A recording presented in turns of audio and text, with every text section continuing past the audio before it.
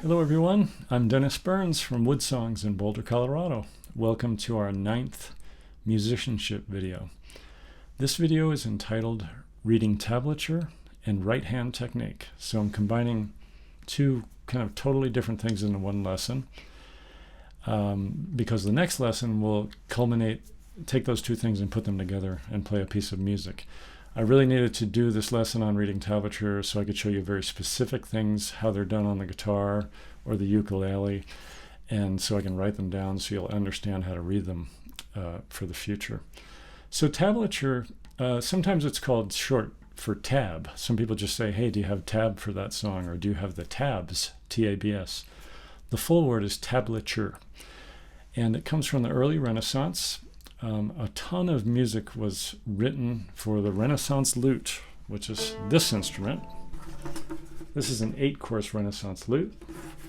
You can see it has that kind of paired back shape, and the tuning pegs go back at a right angle. And this is a gorgeous sounding instrument. I played a bunch of Renaissance lute when I was in music school in the early 80s. I played in the early music group there. I learned to read lute tablature in its original form. It was really cool to look at the music written down by the composers who wrote the music in their very own handwriting and play directly from that music. I would get microfilms from Europe and print them out and play these lute pieces from the 15 and 1600s. How is that relevant today? Well, on the internet, as you probably know if you're a guitar player or a ukulele player, there's plenty of tablature out there that people have uploaded to all sorts of songs. And some of them are better than others, some are more complete than others, but it's there and it's a good resource to have, and it's good to understand how to read the notation. Some of the notation is more detailed than others. Some of it is very detailed. So I'm going to walk you through it. I'm going to give you a quick history of it and just show you how it's generally read. Okay. So let's start out by taking a look at some tablature from hundreds of years ago where this evolved from. This first piece of tablature that you see is by a composer named Francesco da Milano. He was a virtuoso lute player. He played a 6-course lute, meaning a 6-string lute. The lute had double strings, though, sort of like a 12-string guitar, except for the first string was a single string, so they called them courses. So the 6 lines going across the page horizontally are the 6 strings of his instrument. The numbers represent the fret to be played. So 0, for example, means you play that string open. Number 7 here, you would play the 7th fret of that string. Now, this is called Italian tablature. The funny thing about Italian tablature is the bottom line is actually the high string. So this is a high sounding string. The top line is the low string. That may seem a bit backwards, but if you think about how you hold the instrument like a guitar, when you're sitting and holding it, the high string is actually at the bottom and the low string is closest to your face, right? So that's the fundamentals of what is called Italian tablature. Now let me show you something different. Here's French tablature. This is Pierre, if I can get my iPad to cooperate, come on. This is published in the early 1500s as well in France. Pierre Attanot was a publisher and arranger. Sorry, I'm not a French speaker. I'm probably butchering that. And what you see now is you see letters instead of numbers. So what that meant was A, like here, these 2 A's, you would play those 2 strings open.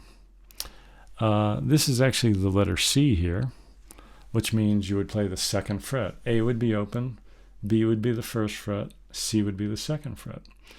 Okay? And the orientation of the instrument is reversed now. So now the lower line here this is a low sound. And the higher line up here, this is high. So this is the system that we generally have adopted, having the low string on the bottom and the high string on top as we look at the tablature. It's convenient because it assimilates the musical staff. If you've ever read music, you know notes written down lower sound as a lower pitch than higher. And the higher notes written up higher sound higher. So this kind of imitates what that looks like. But the funny thing about this system, the French system, is it uses letters. So what we typically use these days is we use a combination of French as well as Italian. We use the French orientation, which is the low string at the bottom, the high string at the top, but we use numbers from the Italian system. And so we could call it Fretalian, I suppose. It's a combination of those two systems. Let me just show you a few more pieces of tablature. This is a facsimile. This is originally written in the composer's handwriting. And you can see this uses the letters, which is from the French system. And the rhythmic markings are written above, up there. You can see 16th notes. This R, by the way, that's actually a C. That's the second fret of the instrument. Here is a open A right here. Okay, meaning the string is played open. Okay, enough of that one. Here's a nice modern facsimile representation of an older manuscript, so you can read it much more clearly. This is the Frog Galliard by John Dowland. He's the primo composer of the golden age of England. He was Queen Elizabeth's court lutenist. He's like the pinnacle of Renaissance lute music. And you can see, the rhythmic markings are above, up here, and then there's an open string. Here we play the fourth fret, which is E, right? Here's a second fret, and so on. Let's look at just a couple more. This is called German tablature. I never learned to read this, and you can see why. It looks like hieroglyphics. Someday I will. This is tablature from a bigger lute. You see down here, these extra lines with the A, those are open courses, which are lower strings. So this is probably from a 13-course court lute, maybe an 11-course lute. So they had the six main courses of the lute, and then they had a bunch of open strings that followed it here. And they were just played open. They didn't fret them. So that's what all those extra lines are at the bottom underneath the tablature staff. They're saying to pluck, like here. They're saying to pluck that string open way down here. You see that? That's somewhere around the 9th or 10th string of the instrument. This is by Laufensteiner. I think he was 11 or 10 course composer. Okay, so much for that. So let's get back to actually reading tablature in the modern day. Okay, so now that you're a history buff on the subject of tablature, let's talk about how it applies to today. So the same story. For a 6-string instrument, I need 6 horizontal lines across the page to represent the strings. Oops, stop that. And as I said, we generally use the lowest string on the staff to represent the lowest sounding string. So this is low, and remember up here is high. Okay? Now, the first thing you want to practice doing with tablature is just simply playing the string of your instrument and finding the right string. So if I X off my lowest string on a guitar, that's my 6th string. If I play my highest string on the guitar here, that's my 1st string. If I X this one off, which one is that? That's my 3rd string. So remember, we're going this way. We're going 6, 5, 4, 3, 2, and 1. I should have drawn these ones actually on the line itself, but just so you're aware of that. Okay, now, what's the next step once you have that? Well, let me draw 6 more strings. Oh, stop that. Oh, not very good with the iPad here, I must say.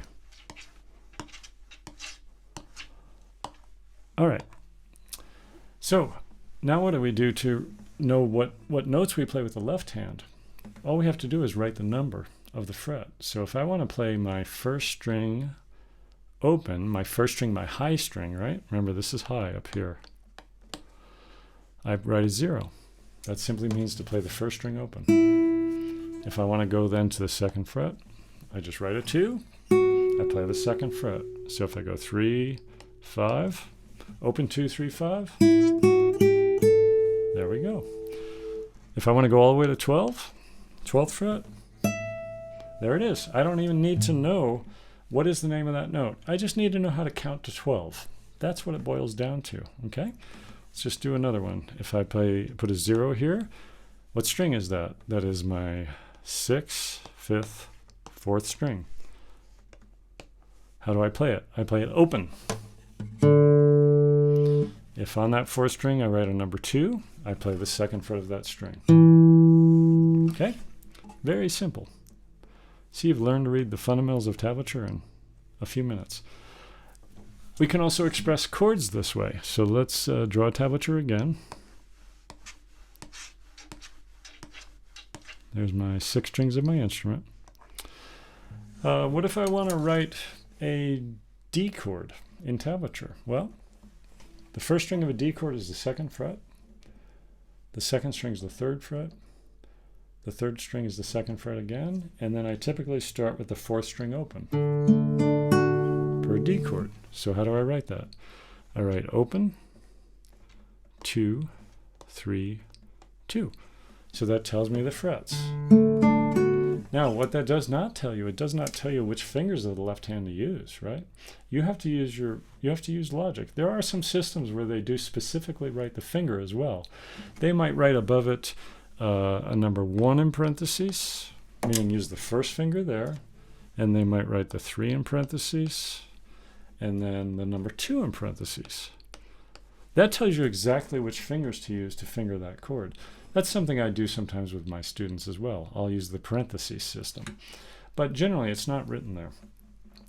Actually, in older lute music, what they did was they would put dots next to the note. For example, for the 2nd fret, if it was the 1st finger, they would put 1 dot. The 3rd fret is the 3rd finger, they would put 3 dots. And then the 2nd fret on the 1st string, 2nd finger, they would put 2 dots.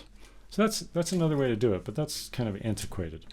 Now, one thing, keep in mind, if the tablature notes are vertically aligned on top of each other, what does that mean? If I write this chord like this now, all on top of each other, that means they're played together. And it could also mean strummed, but it means they're sounding at the same time, okay? That's the basic principle of reading music as well. Notes vertically aligned on top of each other are played at the same time. Okay, so I hope you're following me so far. Now, one thing that's missing, what are the 2 basic elements of music? There's pitch and rhythm. This tells you what pitches to play. We don't have any guidance as to what is the rhythm of the music. Are they quarter notes? Are they eighth notes? Are they half notes or whole notes? So we can mark that in tablature. Not all tablature has that. When you get tablature off the internet, frequently the rhythm is totally missing. Okay? So let me give you another example. Let's do 6 lines for our 6 strings of my guitar. This could be ukulele or anything else. Banjo, doesn't matter. Okay, and so I'm going to draw some notes. Okay, I'm going to play my 1st string open. I'm going to play the 2nd string 1st fret. And then I'm going to make a bar line. That represents a measure. And then I'm going to do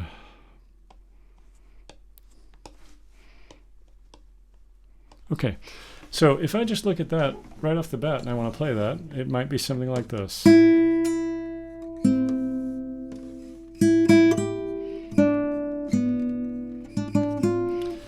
I could play it in any timing, right? And it would not sound very good. I need to have rhythmic information to know the speed that these are going to be played at. If I want to mark this first note as a half note to ring for 2 beats, a half note looks like this in standard musical notation. That equals 2 beats. What I would do in tablature is I would circle it and draw a line. That shows me that's a half note. If I want this a half note, same deal. I just circle it, draw a line from it. That's a half note in tablature. If I want a quarter note, that equals 1 beat, right? You know that from our previous videos. And I want this to be 1 beat. All I do is draw a line from it. So I want 1 beat here and 1 beat on the next one. Then the number 3 I want to be 2 beats. I do a half note and draw that. Next one, I want a half note. I circle it, put a stem on it. Next one, half note, circle it, stem, quarter note, half note. Now I have timing. Now I have a timing reference. 1, 2, 3, 4, 1, 2, 3, 4, 1, 2, 3, 4, 1, 2, 3, 4.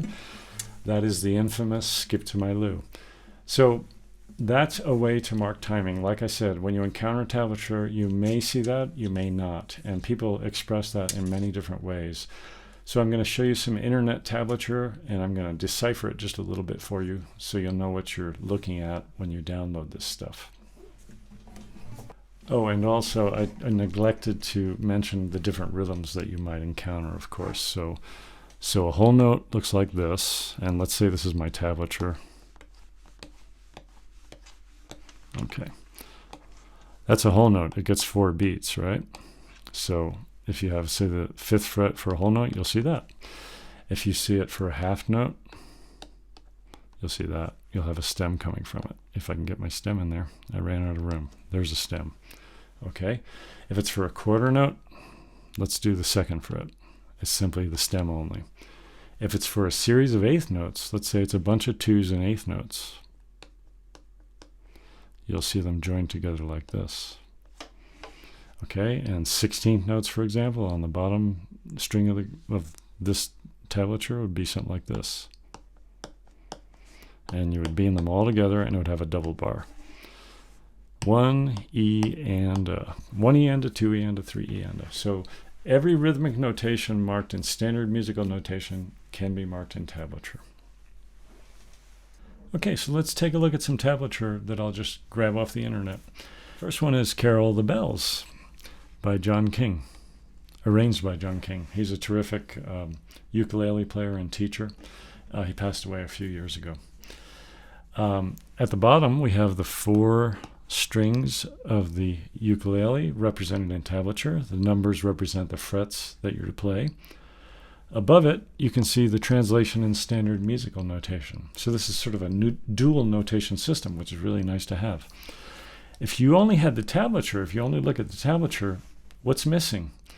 We don't know what rhythm to play the song in. Unless you know what it sounds like and you instinctively have a good sense of rhythm, that is not supplied for you. And a lot of tablature that you'll get off the internet will not have rhythmic markings at all.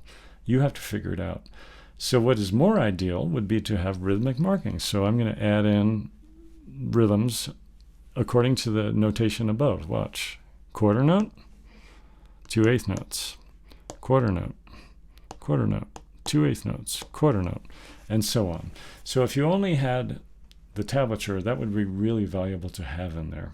But again, sometimes you can just get the tablature with the notes and you have to figure out the rhythm. Sometimes it'll be supplied for you, and people have devised all sorts of clever ways to do that, you know, using word processors, etc.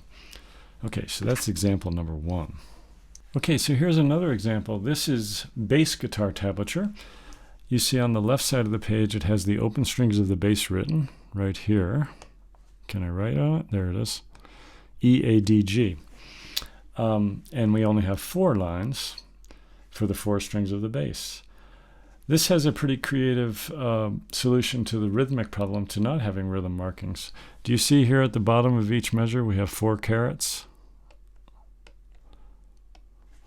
Those are the 4 beats of the measure. So if a note falls directly over that caret, it's played right on the first beat. The second caret is empty. That's beat number 2. The third caret, the number 3 following it, falls between the 2 carets, meaning that comes on the and of 2. So the rhythm is 1, 2, and, right? And then the next 2 are on the first beat and then on the and of the beat. and then on the fourth beat and on the and of 4. This is Brown Eyed Girl by Van Morrison. Great bass part, great song. So that's one solution to the rhythmic puzzle in tablature as far as getting it off the internet, but not everybody does it this way. Okay, let's take a look at another. What you're looking at right now on my iPad is the tablature to the infamous Stairway to Heaven. This is one of many versions you would find, but if you take a look at it, you've got the 6 lines for your 6 strings of the guitar. We've got the tuning of the guitar strings over here on the left side of each staff of tablature. But then what we see is just simply a bunch of numbers, right? Well, if I play that literally just off the top of my head instinctively from what I've showed you so far, I'll get something like this.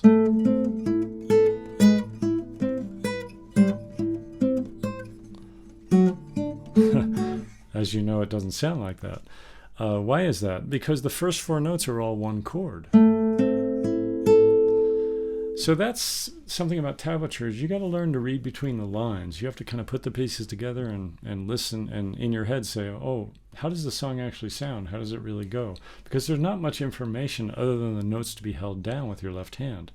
You don't know that this is an A minor chord because they haven't written it above it or given you a chord diagram. And the next chord is a E7 augmented. And that should all ring. The next chord's a C major. The next chord's a D with an F sharp in the bass. Now take a look at this measure. So if we assume everything is eighth notes, like in these measures, you see this is all eighth notes. This all works fine. We have 8 divisions in the measure, so that works fine just to play nothing but eighth notes, 1 and 2 and. But notice this measure. We run out of, we've got 1 and, 2 and. Where does this one fall? We don't even know. It's just guesswork. So if you played it, you know, off the top of your head, you didn't know it. You were just reading the tablature. You might go,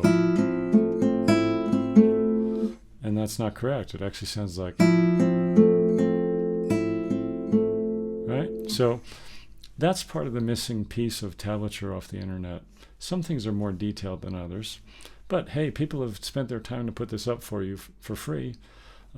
So, you know, it's nice to be appreciative to them and thank them for it. But it's not going to always give you the information you need. A couple other things, like, for example, if you look down here, do you see that dash right there next to the 8?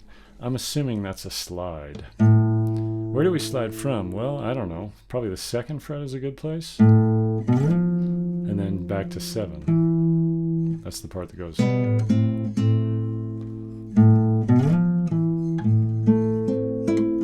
you go onward. So that's another example of tablature that you'll commonly run into on the internet.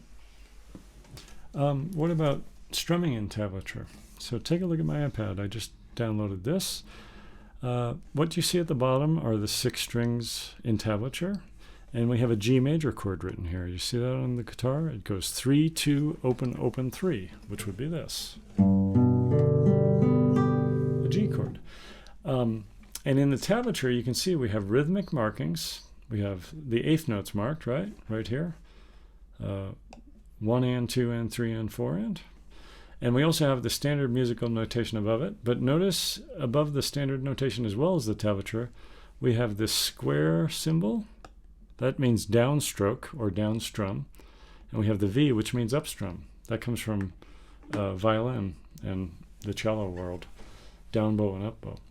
So all that means is to hold down a G chord and strum down and up in 8th notes. You could use a pick or your fingers or whatever. Doesn't matter. Let's take a look at another one with strumming. Oops, come on. There we go. So, come on, baby. All right, whatever. So notice this one. We have the 3 written on the 6th string, so that's that bass note, and we have a 3 on the 2nd string. So I'm holding this chord. It's kind of a partial G chord, and they want me to play a downstroke on beat on the bass note because of this marking, and they want me to do an upstrum on the chord on the end of the beat. So 1 and 2 and 3 and 4 and of course that was kind of awkward because I had a pen in my hand. Typically you'd probably do this with a guitar pick like this. Take a look at the next line, this one. We have open, 2 and 3. That's part of a D chord. Right, it's saying to hold a D chord. And this is part of the whole process of reading between the lines. This tablature, typically once you see this, you're like, oh, I see, that's part of a D chord. You typically don't just finger what you need. You usually finger the entire chord, especially in playing pop music and stuff and folk music. If you're playing classical guitar music, usually only you finger what is necessary. So that's another thing about reading between the lines. You need to look at this measure and realize, oh, that's a D chord. I just set up a D chord, and then I play what's written. I play the bass note with a downstroke, and I play an up strum on the second and third string, and try not to hit the first string. Same rhythm on a C chord as the next line. But notice now, there's my C chord, and then here it goes to a G chord actually, and then it goes back to a D chord and back to a C chord. And it'll take time for you to recognize these things and learn them. You don't feel bad if you don't recognize them right off the bat. It takes time to learn them. So here's the first beat, C chord, G chord, D chord, C chord. So what that measure is trying to convey to you is this. Okay, so there's some examples of strumming. So I'd like to finish this tablature section of the lesson with something a little different. It's not really tablature, it's really a chord chart.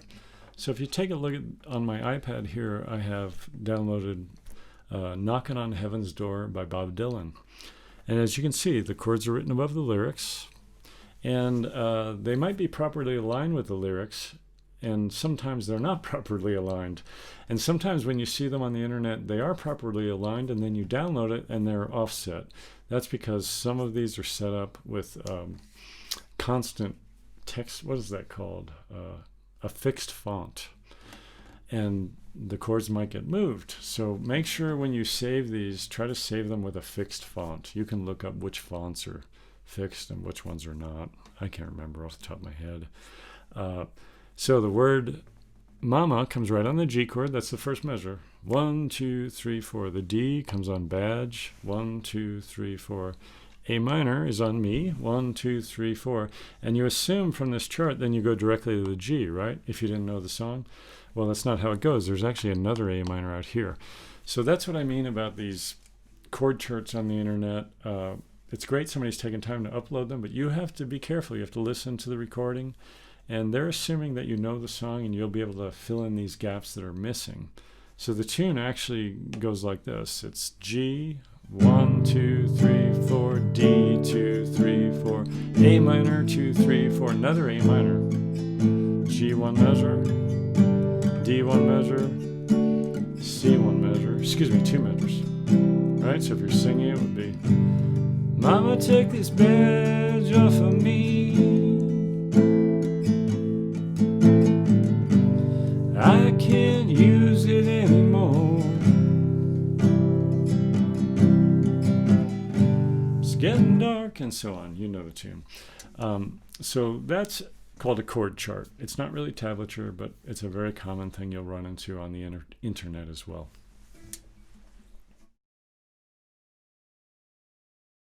Okay, so this part of the video I'm going to show you some right hand technique that you could practice, which is borrowed from the world of classical guitar playing, which I spent many years doing.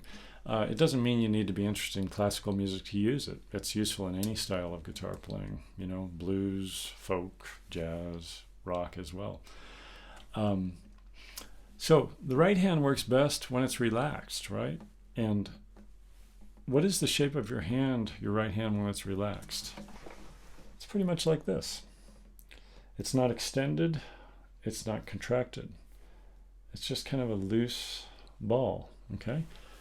The right hand also works best when it's aligned with the arm, right? You want alignment of energy. So if the wrist is twisted this way, it's going to work less efficiently. If it's this way, same story. If it's bent back, if it's bent forward, that's no good. Okay, that's where you develop problems with your wrist and your arm.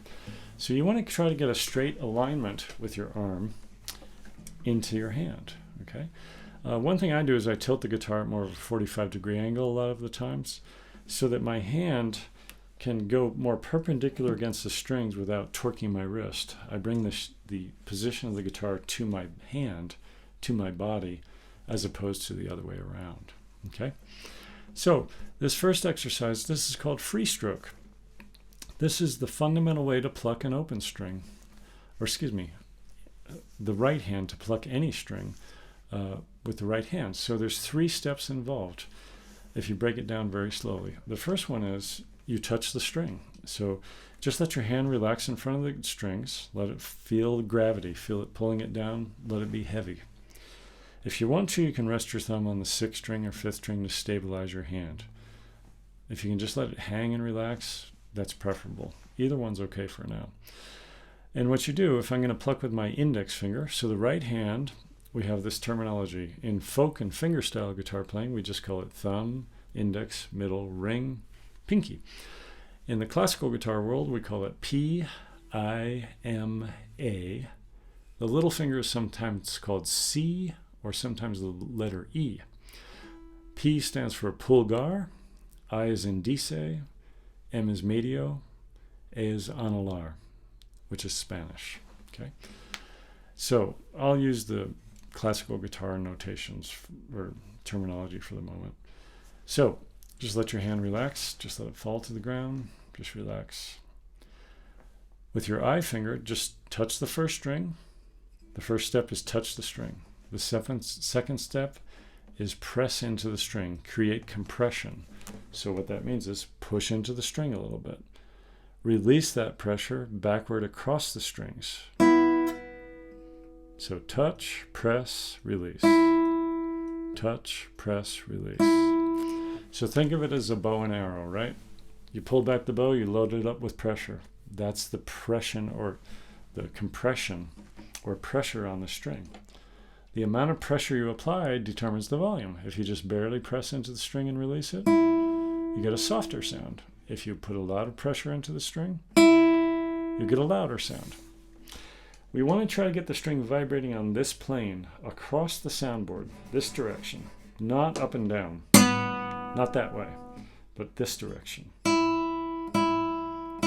So it's not a bad idea to practice this technique that I'm showing you, where you press the finger onto the string and actually land on the string behind it or brush the string like this. That way you know that you're going in the right direction. And then what you do is with the hand in this position, you slightly lower the position of the hand and you'll eventually clear the other strings. So from this, you see, as I lower the hand, I'll clear the other strings. And I'm doing it very quickly. You should take your time with it. Really feel the string and touch on the fleshy part of the finger, not the nail. If you're using fingernails, don't engage the string between the flesh and the nail. Touch on the flesh and then follow through and hit the nail. So flesh first, then nail. So it's this kind of stroke. Touch, press, release. Touch, press, release. Take your time with it. Get a really nice sound. Your sound is everything. It follows you everywhere you go. Do that on the first string with your I finger a bunch of times. Then do it on the second string. Each finger on each string feels a little different. Do the third string. Maybe down to the fourth string. Then do the same thing with your M finger, your middle finger. Touch, press, release. Second string. And so on, down to the third string. I also recommend you do it with your A finger, your ring finger. Press, release, relax. After you do the stroke, let your hand relax. Let it empty of all tension.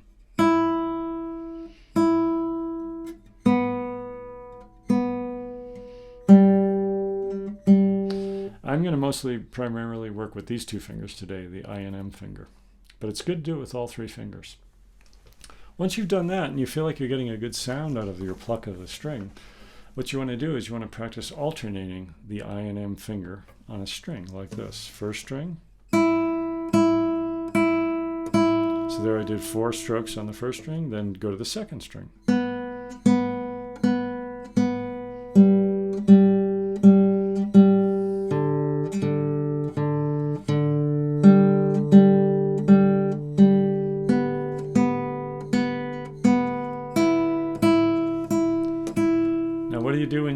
then the 4. Reduce it down to 3. Do 3 repetitions. 2, 3, 1, 2, 3, 1, 2, 3, 1, 2, 3.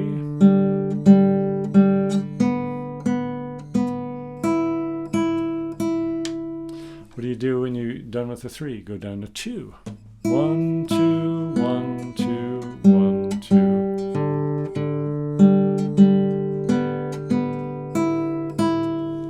What do you do when you get down to 2? Go down to 1.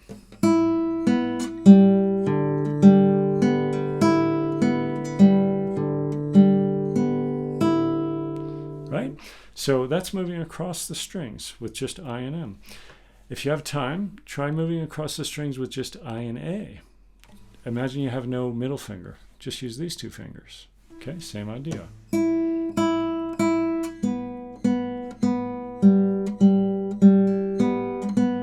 Here's 2s. 1. And if you're really adventurous, try playing with just the M and A fingers, not using the index finger, just alternating with these 2 fingers. That will become much more difficult. So once you've done that and you're starting to feel comfortable with getting a good free stroke sound, by the way, free stroke is when we go free of the string. We pluck the string and we don't land on another string. There's another stroke called rest stroke, where you pluck the string and you land on the next string like this. See, my index finger played the first string and landed on the second string. It's also called appaiando. Sometimes it's called support stroke. But we're not going to focus on that for the time being. If you notice, electric bass players use that technique a lot, right? This kind of, where they're dragging to the next string. But we'll deal with that at some other point in time. So now, once you feel good with the right hand, and you know, you need to spend time doing this. Don't do it just one day and expect to move on. You should do it for a week, 2 weeks, till it feels really good. Then add the left hand to it. So what you could first do is maybe just play the open first string and play 1 finger per fret. Put the first finger on the first fret, second finger second fret, third finger third fret, fourth finger fourth fret. And that's a chromatic scale. You're playing in half steps, right? Do the same technique. Alternate 4, down to 3, down to 2, down to 1. So here's 4.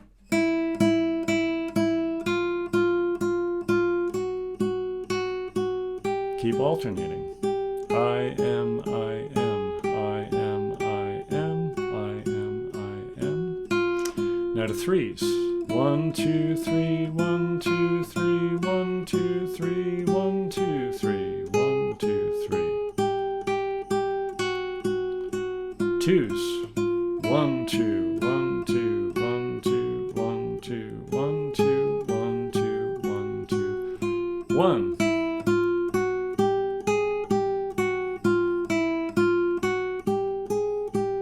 Keep running that one until it feels good.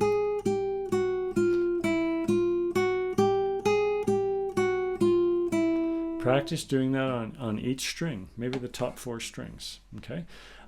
Notice when I do the odd numbers, I do 3s and 1s. If I'm alternating with 2 fingers, every time I play a new note, it's starting with the other finger.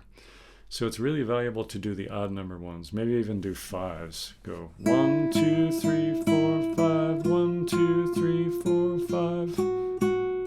And then work your way down, 5, 4, 3, 2, and 1, okay?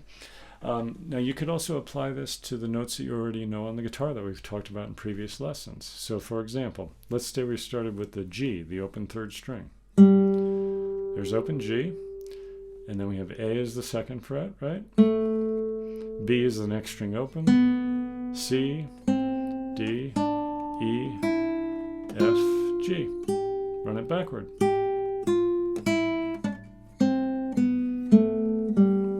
What technique was I using with the right hand? I was alternating. I was just walking. Just remember, these are like your legs. Left leg, right leg. Just walking. Left, right, left, right, left, right, left, right. Same as I am, I am, I am, I am. Does it matter what finger you start with? For now it doesn't. There are other times when it will matter. You could start with M. M, I am, I am, I I suggest you do the same thing. You work your way down from higher numbers to lower numbers, right? So you can do the high repetitions. So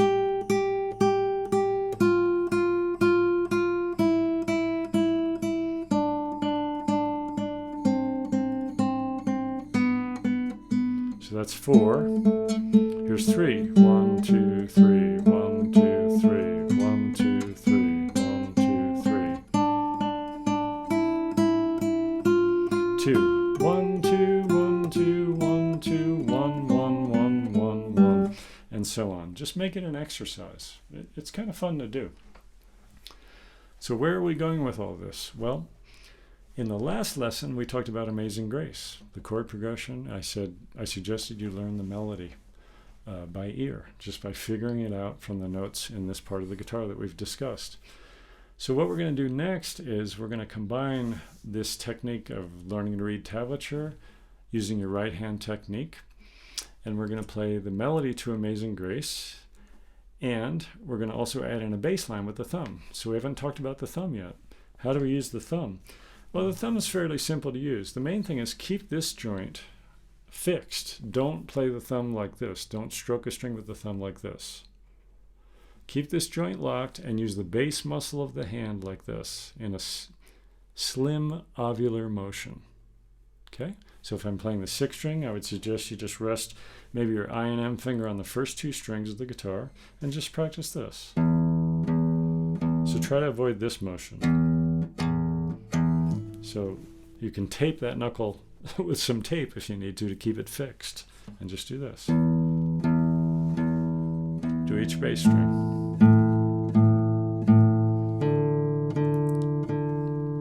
Okay? So if I combine all these ideas now, if I played, for example, the melody to Amazing Grace alternating with I and M, I would have something like this.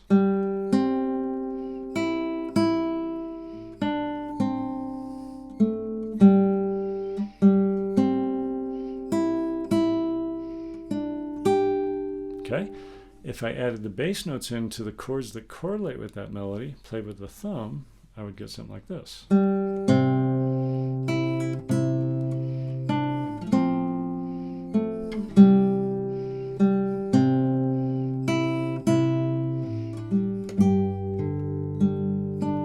And so on. So in the next lesson, I'll go into that in much more detail.